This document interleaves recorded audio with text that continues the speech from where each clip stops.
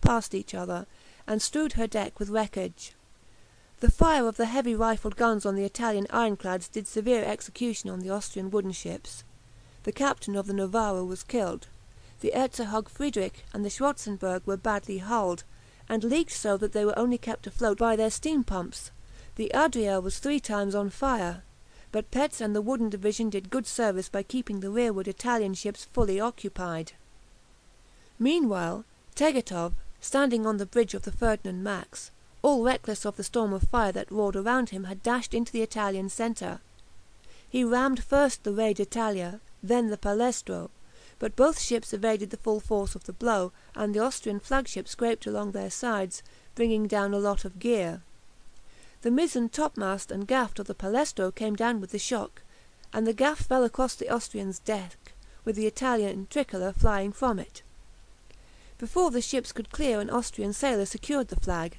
It would seem that the glancing blow given to the Re d'Italia had disorganised her steering gear, and for a while she was not under control. 2 other ships joined the flagship in attacking her, all believing she was still Persano's flagship. The Palestro, fighting beside her, was set on fire by shells passing through her unarmoured stern. The fire made such rapid progress that she drew out of the fight, her crew trying to save their ship. Von Sterneck, the captain of the Ferdinand Max, had gone halfway up the mizzen rigging to look out over the smoke. He reported that the Re d'Italia was not under full control, and Tegethoff once more dashed at his enemy. The bow of the Ferdinand Max this time struck the Re d'Italia full amidships, and simply forced in her side, making an enormous gap, crushing and smashing plates and frames. As the Ferdinand Max reversed her engine and drew her bows out of her adversary's side, the Re d'Italia heeled over and sank instantly, carrying hundreds to the bottom and strewing the surface with wreckage and struggling men. The Austrians, after a moment of astonished horror at their own success, cheered wildly. The Ferdinand Max tried to save some of the drowning men, and was lowering her only boat that remained unshattered by the fire, when the Italian ironclad Ancona tried to ram her. The Austrian flagship evaded the blow, and the Ancona, as she slid past her, almost touching her gun muzzles, fired a broadside into her. The powder smoke from the Italian guns poured into the portholes of the Ferdinand Max, and for a few moments smothered her gun deck in fog, but it was a harmless broadside. In their undisciplined haste to fire, the Italians had loaded only with cartridge. There was not a shot in the guns. This tells something of the confusion on board. Another Austrian ironclad and 2 of the gunboats made plucky efforts to save some of the survivors of the Re d'Italia, but they too were driven off by the fierce attacks of the Italian ships. Meanwhile, Petz with his wooden ships had fought his way through the Italian rear. With his old 3-decker he boldly rammed the Re de Portogallo. The Italian ship evaded the full force of the blow, but the tall wooden vessel scraped across her side, starting several of her armour plates, carrying away porthole covers and davits, and dragging 2 anchors from her bows, smashing gun muzzles and jerking 4 light guns into the sea. But the Kaiser herself suffered from the close fire of the Re de Portogallo's heavy guns and the shock of collision. Her stem and bowsprit were carried away, the gilded crown of her figurehead falling on her enemy's deck. Her foremast came crashing down on her funnel and wrecked it, and the mass of fallen spars, sails, and rigging was set on fire by sparks and flames from the damaged funnel, the collapse of which nearly stopped the draught of the furnaces and dangerously reduced the pressure on the boilers and the speed of the engines.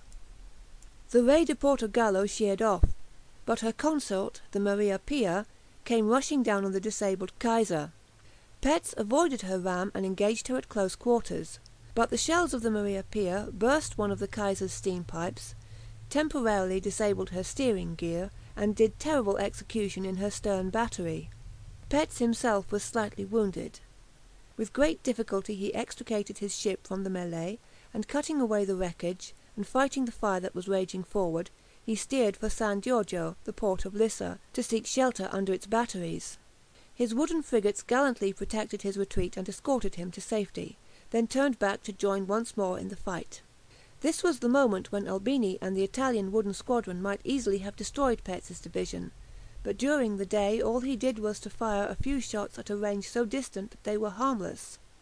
Persano, in the Affondatore, had for a moment threatened to attack the Kaiser, as she struggled out of the melee.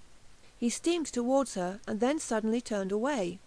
He afterwards explained that, seeing the plight of Petz's flagship, he thought she was already doomed to destruction, and looked upon it as useless cruelty to sink her with her crew. The fleets were now separating, and the fire was slackening. In this last stage of the melee, the Maria Pia and the San Martino collided amid the smoke, and the latter received serious injuries. As the fleets worked away from each other there was still a desultory fire kept up, but after having lasted for about an hour and a half, the battle was nearly over. Tegethoff, having got between the Italians and Lissa, reformed his fleet in 3 lines of divisions, each in line ahead, the ironclads to seaward nearest the enemy, the wooden frigates next, and the gunboats nearest the land.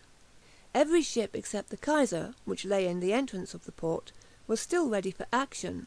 Some of them were leaking badly, including his flagship, which had started several plates in the bow when she rammed and sank the Re d'Italia. The fleet steamed slowly out from the land on a northeasterly course, the ironclads firing a few long-ranging shots at the Italians. Persano was also reforming his fleet in line, and was flying a signal to continue the action, but he showed no determined wish to close with Tegethoff again. On the contrary, while reforming the line he kept it on a northwesterly course, and thus the distance between the fleets was increasing every minute, as they were moving on divergent lines. Gradually the firing died away and the battle was over. Albini, with the wooden squadron and the ironclad Terribile, which had remained with him, and taken no part in the fight, ran out and joined the main fleet. Persano afterwards explained that he was waiting for Tegethoff to come out and attack him, but the Austrian admiral had attained his object, by forcing his way through the Italian line, and placing himself in a position to co-operate with the batteries of Lissa in repelling any further attempt upon the island. There was no reason why, with his numerically inferior fleet, he should come out again to fight a second battle. But though the action was ended, there was yet another disaster for the Italians. The Palestro had been for 2 hours fighting the fire lighted on board of her by the Austrian shells. Smoke was rising from the hatchways and portholes, but as she rejoined the fleet she signalled that the fire was being got under and the magazines had been drowned. 2 of the smaller ships, the Governolo and the Independenza, came to her help and took off the wounded. To a suggestion that he should abandon his ship, her commander, Capellini, replied, "Those who wish may go, but I shall stay," and his officers and men remained with him, and continued working to put out the fire. But the attempt to drown the magazines had been a failure, for suddenly a deafening explosion thundered over the sea. The spars of the Palestro were seen flying skyward in a volcano of flame. As the smoke of the explosion cleared, the heaving water strewn with debris showed where the ship had been. The Austrian fleet was steaming into San Giorgio, amid the cheers of the garrison and the people, when the explosion of the Palestro took place. Persano drew off with his fleet into the channel between Lissa and the island of Busi, and when the sun went down the Italian ships were still in sight from the lookout stations on the hills of Lissa. The Austrians worked all night repairing damages, and preparing for a possible renewal of the fight in the morning. But at sunrise the lookouts reported that there was not an Italian ship in sight. Persano had steered for Ancona after dark, and arrived there on the 21st.